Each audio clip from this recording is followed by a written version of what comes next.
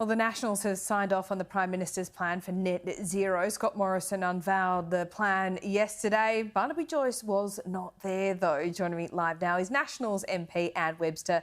And Webster, thanks so much for your time. I understand there's a lot of division in the House at the moment. Yes. So if you need to run, we will allow you to do that. But before we get into the interview, do you really believe that wind farms don't work in the dark? No, clearly that was an error. It was an error of statement. And, you know, I look back over 2.5 years, I think I've done reasonably well not to make so many silly faux pas. But anyway, it's there. And, of course, you cop the flack for it. All right, we'll put that down to a brain fade. But what do you think about this? That's right. What do you think about this plan? I mean, Barnaby Joyce, I spoke to him earlier on this program in the week, and look, he more saw this as a political solution than to have any kind of personal conviction behind it. Is that a problem? Well, he assures us that it's not. And, of course, we expect our leaders to go in there and fight on the party line. And the party line is that we support the plan.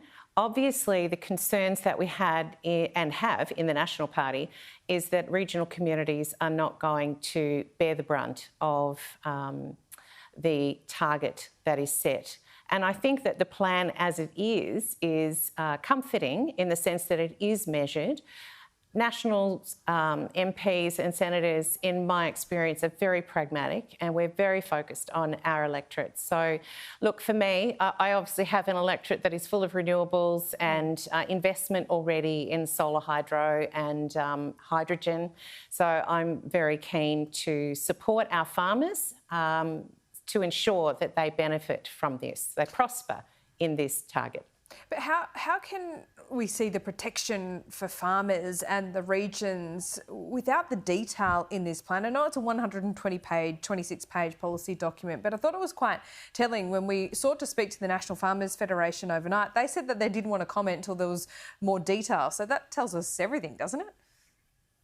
Oh, look, we always want more detail and I understand that. And in fact, in the next few days, I expect the DPM will come out and talk further about specifically what the Nationals have fought for in this.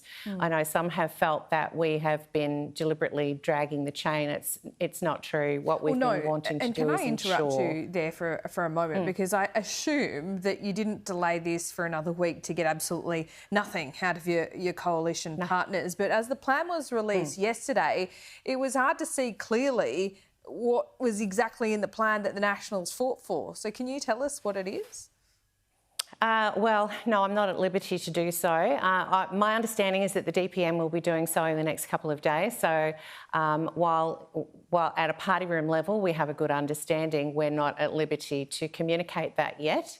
But I certainly want to assure our regional communities that our fight has been for them, you know, mum and dads who need to be able to afford their energy prices into the future, that agriculture will continue, that coal and mining and exports on which this country depends will be supported going into the future, and that there are a range of measures based on technology that will be allowing us to meet, and I expect beat, the targets that we set. Well, that said, 2030, should there be an interim target? We spoke to Tanya Plibersek earlier this morning, who said that Labor is going to have more ambitious interim targets. The Prime Minister saying yesterday that he assumes the way we're tracking will probably get to between a 30 and 35% reduction by 2030. So would there be a problem with Labor going more ambitious if it's around the same level? It seems to be, you know, a word game in terms of goals or targets. Yeah, look, I think Australians are more interested in what has been achieved. They want to see a track record, and I think the fact that we are clearly going to meet and beat our Paris target, which was 26-28, and as you say, heading between 30 and 35%, I think is encouraging. And the assurance that, you know, we've got to remember how polemic this whole thing is, and that we need to maintain a middle line that supports our industries, supports jobs in our regions, and at the same time improves prosperity. And, you know, the fact that we've dropped the 20% since 2005, the emissions that we've produced, and we've increased at the same time 45% of our GDP, I think is an incredible testament to the technology approach that this government has taken, and I'm really encouraged by it. Matt Canavan says he's going to be campaigning against it. How difficult is that going to be at the election?